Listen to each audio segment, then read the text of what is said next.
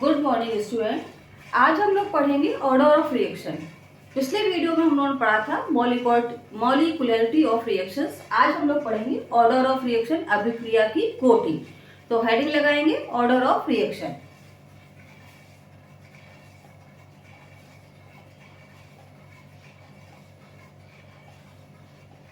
अभिक्रिया की कोटि।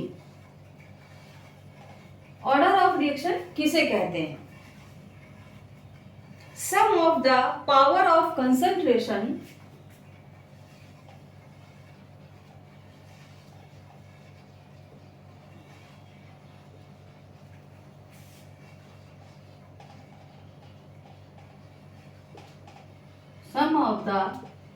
of concentration terms of the reactant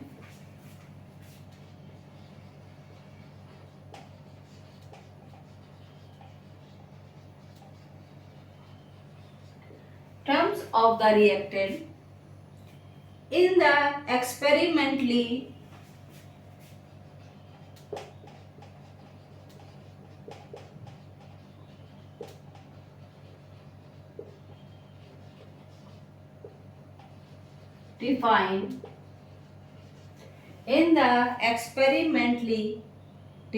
determined rate law.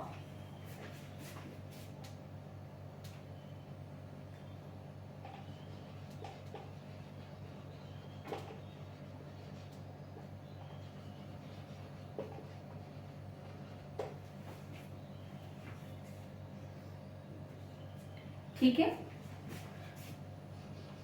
अब रेट मान लीजिए, यहाँ पर रिएक्शन की हम लिख रहे हैं तो कैसे लिखेंगे?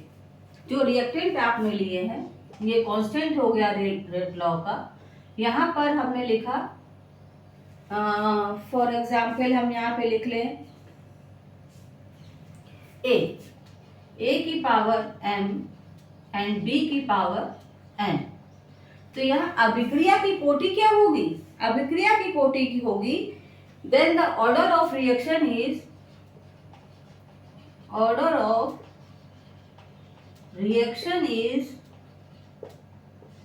m plus n। अब आपको मेरी बात ये क्लियर हो गई। Sum of the power of concentration term, sum of the power of concentration term, ये इनकी पावर है। कंसंट्रेशन टर्म की पावर को जब हम जोड़ते हैं तो ये क्या निकलता है?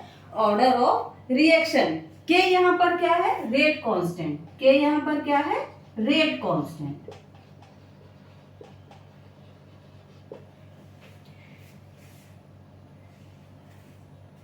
और m और n क्या है? Order with respect to reactant A and B। m और n क्या है?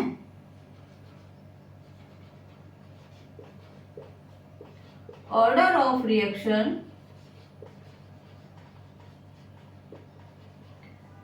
with respect to reactant A and reactant B।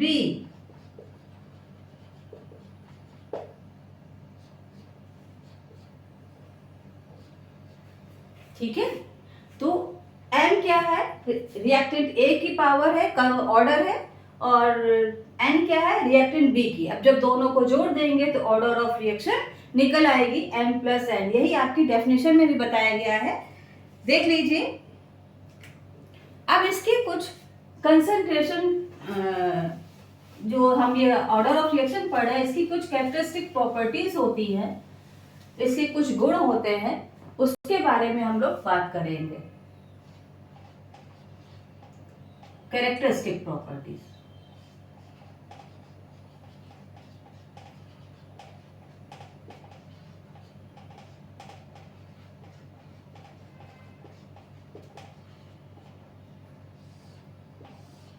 पहली प्रॉपर्टी कैरेक्टरिस्टिक प्रॉपर्टीज है। पहली, डिटरमाइंड एक्सपेरिमेंटली।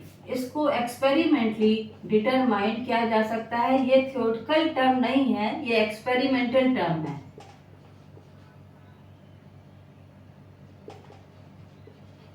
मेंटली ये एक एक्सपेरिमेंटल टर्म है, right.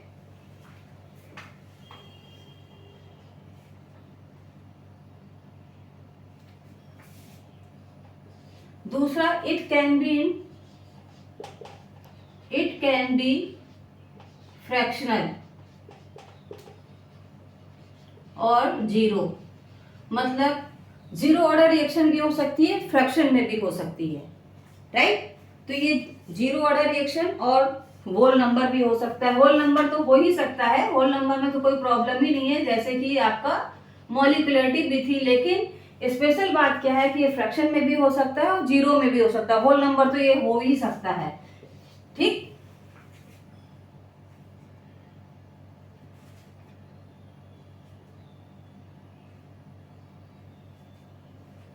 It can be changed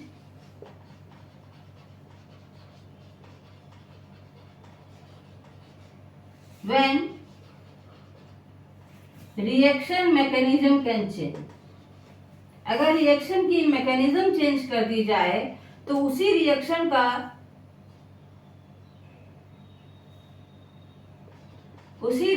का ऑर्डर चेंज हो सकता है। जबकि मॉलिक्यूलरिटी में था कि एलिमेंट्री रिएक्शन के लिए पूरी तरह से ये कांस्टेंट रहता है, लेकिन यहाँ पर ऐसा नहीं है।